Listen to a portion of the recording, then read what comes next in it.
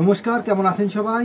মানব পাচারের বিরুদ্ধে রুখে দাঁড়াতে আজকে গেদে চেকপোস্টে গেদে রেলওয়ে স্টেশনের উপরে জিআরপি, আরপিএফ, বিএসএফ, ইমিগ্রেশন ও কাস্টম এবং গেদে ল্যান্ডপোর্ট সোসাইটির সহযোগিতায় এবং একটি এনজিওর নেতৃত্বে আজকে গেদে চেকপোস্টের একটি মিটিংয়ের আয়োজন করা হয়েছিল। যেটার বিষয় হচ্ছে আমাদের দেশে বা আমাদের দেশের ভিতরে কিংবা এক দেশ থেকে অন্য দেশে, ইন্ডিয়া থেকে বাংলাদেশে বলুন, এরকম মানব পাচারের বিরুদ্ধে রুখে দাঁড়াতে একটি মিটিংয়ের আয়োজন করা হয়েছিল। তা এই মিটিংয়ের কিছু মুহূর্ত আপনাদের সামনে তুলে ধরছি, আশা করি ভালো লাগবে।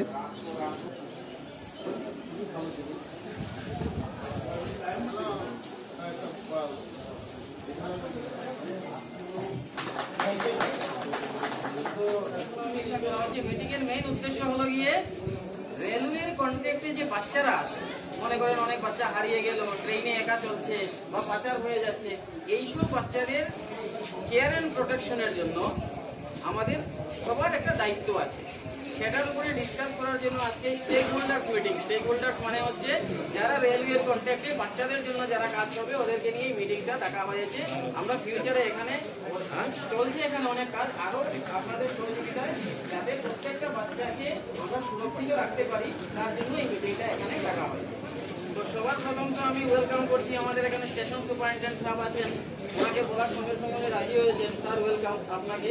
জিআরপি থেকে আছেন ইনচার্জ, আমাদের আরপিএফ থেকে আরপিএফ এর সিনিয়র অফিসার আছেন চৌধুরী বাবু। বিএসএফ আমাদেরকে অনেক হেল্প করেছেন, যেহেতু এটা গেদেটা হচ্ছে বর্ডারিং এলাকাতে রেলওয়ে স্টেশন, তার জন্য সেটা অ্যাডমিনিস্ট্রেশনের জন্য অনেক ইম্পর্টেন্ট। ইভেন রেলওয়ে ডিজি সাহেব 2021 সালে একটা নতুন এসওপি বানিয়েছেন যে বাচ্চাদেরকে সুরক্ষিত করার জন্য আমাদেরকে রেলওয়ে স্টেশনে কি করা দরকার, সেটা আমরা ডিসকাস করবো একটু একটু করে। তো আমি সবাইকে ওয়েলকাম করছি, করে আজকের প্রোগ্রামটা এখানে শুরু করছি। এবার আমি সবার প্রথমে আমি ওয়েলকাম ভাষণ দিয়ে আমি বলবো এসএস স্যারকে, উনি যেন দু চারটে কথা আমাদেরকে বলেন, আর উনি যে কথাগুলো বলবেন সেটা আমাদের জন্য ইন্সপিরেশন, আর ওনার হেল্প ছাড়া আমরা কিছু করতে পারবো না। তো ওনার ইন্সপিরেশন নিয়ে আমরা কাজটা শুরু করি। Sir please. নমস্কার, সবাইকে যথাযথ সম্মান জানিয়ে দু একটা কথা বলি এই ব্যাপারে। এইটা আমরা বেশি অনুভব করি ট্রেনের মধ্যে, ট্রেন চালাতে গিয়ে রাতের বেলায় যে ট্রেনগুলো ঘুরে যায়, কিন্তু এটা লাস্ট স্টেশন, অনেক বাচ্চা, অনেক লোক একা একা রয়ে গেছে, তাদের কোনো গার্জিয়ান সাথে নেই, কান্নাকাটি করছে, তখন সেই বাচ্চাকে নিয়ে আমরা কি করব না করব। এবার আপনাদের কাছে সবার কাছে যা অনুরোধ থাকবে, আমাদের বুকিং অফিস 24 ঘন্টা খোলা থাকে, স্টেশন অফিস 24 ঘন্টা খোলা থাকে। এরকম যদি কোনো অবস্থা দেখা দেয় তাহলে আমরা আশা করব যে আপনারা বুকিং অফিস অথবা স্টেশন অফিসে গিয়ে খোঁজ দেবেন। খোঁজ দিলে আমরা এতদিন একটা অসুবিধা হতো, ব্যাপারটা কোথায় জানাবো, আরবি অফিসে খোলা থাকেই তো, সেখানেও আপনারা খোঁজ নিতে পারেন। কোথায় জানাবো সেই ব্যাপারটা অসুবিধা হতো আর কি, কারা এসে প্রকৃত বাচ্চাটাকে সুরক্ষিত করতে পারবে।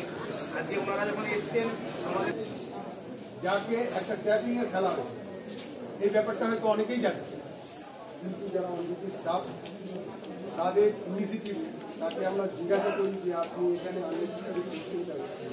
প্রথমে তো সে বলতে চাই না, তাকে নাকি বাড়ির থেকে জোর করে দিয়ে দেওয়ার চেষ্টা করছি। এই কথা বলার পরে আমাদের সন্দেহ হয়, আমার সাথে জিজ্ঞাসা করি যে আপনি আপনার বাড়িতে নাম্বারটা, কিন্তু সে সেই সময় ওনাকে যে ট্র্যাপ করছিল বাংলাদেশের একজন, এবার তার ফোনটার সঙ্গে সঙ্গে আমরা ওটা ট্যাপ করে দেখতে পাই যে বাংলাদেশের একজন ব্যক্তির সাথে কথা বলি। এবার আমরা তার ফোন থেকে যখন তার সাথে কথা বলি, সে সঠিকভাবে আমাদের উত্তর দিতে পারছে না, বলছে স্যার আমার বন্ধু হয়, তা আমাদের বন্ধু হয়, ও ওটা বাড়ি থেকে জোর করে দিয়ে দেওয়ার চেষ্টা করছে, তো আমি ওকে রেস্কিউ করে নিয়ে যাই। কোথায় নিয়ে যাবেন? আপনি তো কথা বলছেন বাংলাদেশ, ওকে আর কি ট্র্যাপ করা হচ্ছে। তারপরে মহিলার থেকে তার বাড়ির ঠিকানা নিয়ে তার বাড়িতে ফোন করলাম। বাড়িতে ফোন করার পরে ওনার যাকে ফোন করলাম ওই মেয়েটার বাবা, সে তো ভগবান পাওয়ার মতো বলছে স্যার আপনি কোথা থেকে বলছেন, আমরা গেটে থেকে বলছি বলছে স্যার মেয়েটাকে আপনারা আপনাদের কাস্টডিতে রাখুন, আমি লোকাল থানাকে অলরেডি ওর মিসিং ডায়েরি করেছি।